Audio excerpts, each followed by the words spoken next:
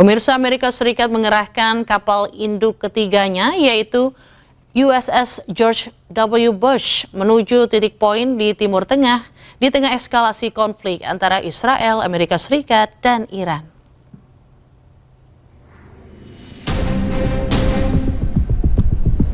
Pihak Angkatan Laut Amerika Serikat melaporkan kapal induk USS George Bush beserta kapal perang pengawal dan sayap udara yang baru saja selesai latihan unit gabungan mengarah menuju Mediterania Timur. Kapal induk kedua yaitu USS Abraham Lincoln tetap berada di Laut Arab, sementara kapal induk Gerald R. Ford bergerak melalui terusan Suez untuk menuju Laut Merah.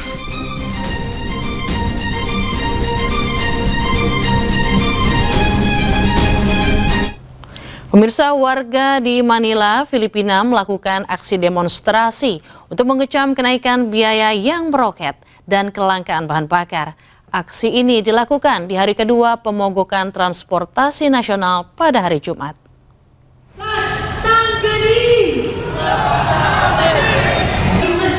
Para pengemudi, pedagang, dan aktivis membanjiri jalanan Manila, Filipina untuk melakukan aksi demonstrasi pada hari Jumat.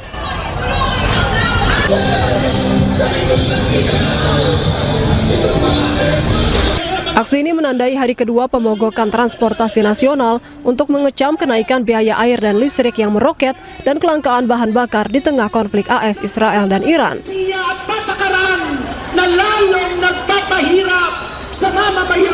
Para pengunjuk rasa terlihat meneriakan berbagai slogan sambil berbaris membawa bendera dan spanduk.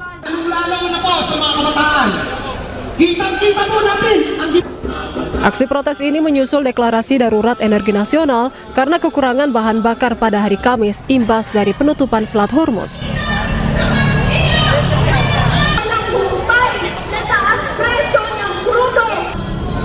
Sedangkan Filipina sangat bergantung pada pasokan energi dari Timur Tengah dengan lebih dari 90% bahan bakarnya diterima melalui Selat Hormuz.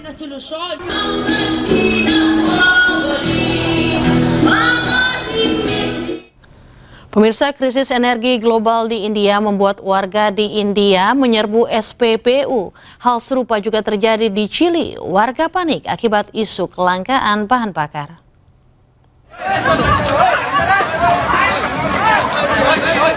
Antrean panjang kendaraan terjadi di sejumlah SPBU di India.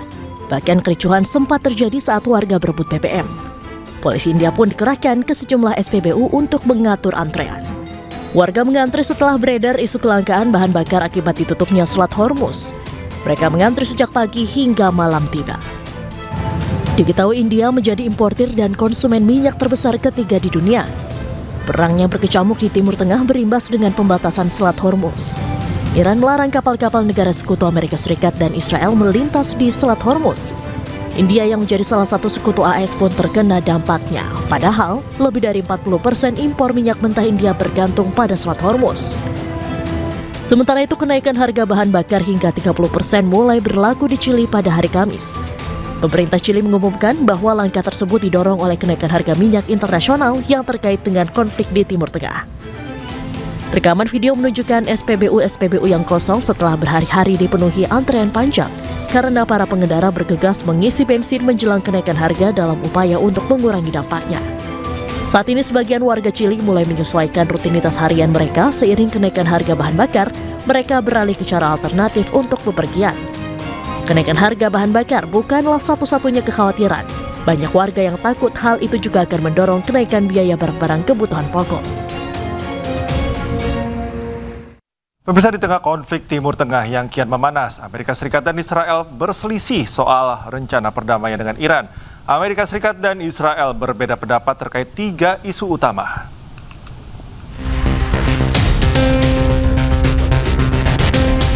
Satu bulan sudah konflik AS, Israel, dan Iran terjadi sejak 28 Februari 2026. Dalam sepekan terakhir, Amerika Serikat dan Iran tengah berupaya bernegosiasi untuk melakukan deeskalasi konflik yang dimediasi oleh Pakistan. 23rd March, the Prime Minister spoke with the President of Iran, His Excellency Dr. Masoud Pezeshkian. The leaders discussed the grave situation in the Gulf region, emphasizing the urgent need for de-escalation, dialogue, and diplomacy. The Prime Minister highlighted the importance of unity within the Ummah and reaffirmed Pakistan's commitment to playing a constructive role in advancing regional peace. Sebelumnya, Amerika Serikat mengajukan proposal ke Iran berisi 15 syarat untuk akhiri perang. 4 poin penting diantaranya yaitu AS minta Iran menyerahkan seluruh uranium dan menghentikan program senjata nuklir. AS juga meminta Iran untuk membuka akses tanpa hambatan di Selat Hormuz, menghentikan pengembangan rudal balistik, dan menghentikan dukungan terhadap Hizbullah dan Hamas.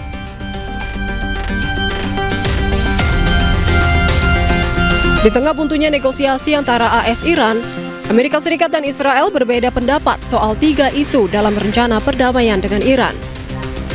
Hal ini terkait masa depan program rudal balistik Iran, transfer uranium yang telah diperkaya ke Badan Energi Atom Internasional, dan pelonggaran sanksi ekonomi terhadap Iran.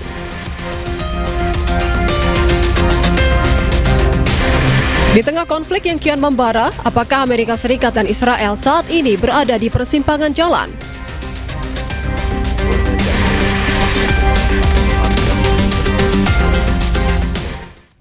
Pemirsa, Presiden Amerika Serikat Donald Trump meyakini dirinya sebagai pembawa perdamaian meski tengah terlibat perang dengan Iran dan menyatakan Kuba adalah negara selanjutnya. I'll tell you what. So I told you that I settled 8 wars. That means millions and millions of people. And some of those wars were going on. One was 34 years, one was 32 years, one was 29 years, one was 22 years. They were long-term wars and a lot of people being killed every year. So I've saved millions and millions of people.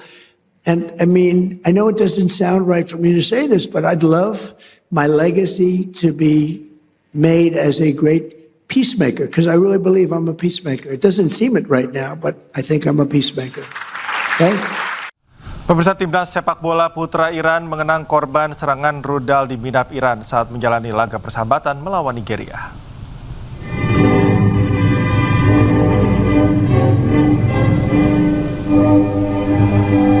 Sambil menyanyikan lagu kebangsaan, para pemain tim nasional sepak bola Iran membawa tas sekolah berwarna merah muda dan ungu pada laga yang digelar di Antalya, Turki.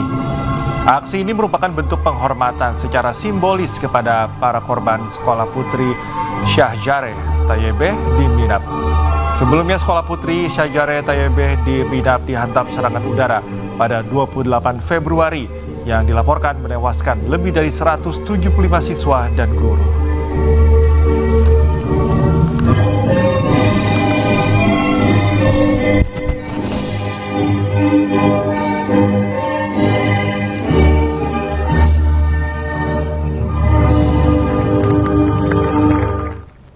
Pemirsa, Presiden Prabowo Subianto menggelar pesta rakyat di kawasan Monas, Jakarta. Dalam pesta rakyat bertema Istana untuk Rakyat, pemerintah menyiapkan puluhan ribu paket sembako hingga panggung hiburan.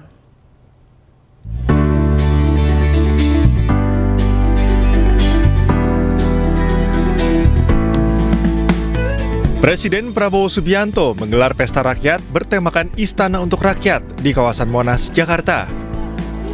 Acara ini menghadirkan bazar, pasar murah, hingga panggung hiburan.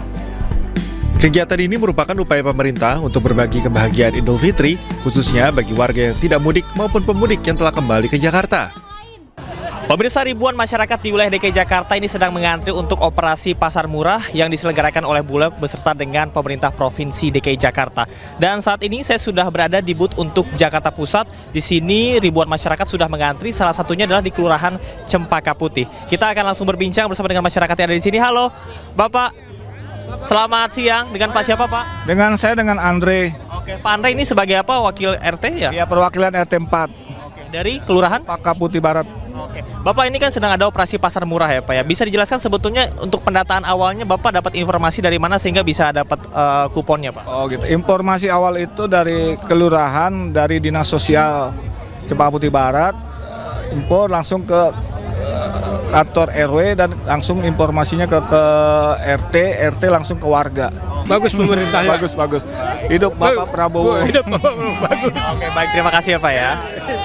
Ya, pemirsa, itu dia tadi perbincangan kami bersama dengan warga yang ada di sini. Memang kegiatan operasi pasar murah ini digelar dari pukul 3 sore sampai dengan pukul 9 malam. Dan tadi ada 2 kupon ya, baik untuk kupon sembako maupun non sembako senilai Rp300.000 dan juga Rp200.000. Antusiasme masyarakat di pesta rakyat ini berlanjut hingga malam hari. Pemerintah menyiapkan 20.000 paket sembako guna memastikan pemerataan bagi masyarakat. Acara ini juga diharapkan bisa meningkatkan kinerja UMKM. Diharapkan semuanya masyarakat bisa merayakan Lebaran. Tadi kita berikan kupon 100.000 kupon. Satu kupon itu Rp500.000. Jadi ada untuk sembako, ada juga untuk barang. Barangnya apa? Nah, sekalian juga untuk menghidupkan UMKM, pedagang-pedagang. Nah, dari ada pasar Tanah Abang, pasar Senen, pasar Ular, kemudian beberapa pasar lain se-Jabodetabek. Melalui Pak Menteri UMKM, Pak Maman, dibawa ke sini, mereka jualan, kita beli barangnya. Nah, kemudian masyarakat yang datang gratis diberikan kupon, kemudian mereka menukarkan kupon itu. Kegiatan ini diharapkan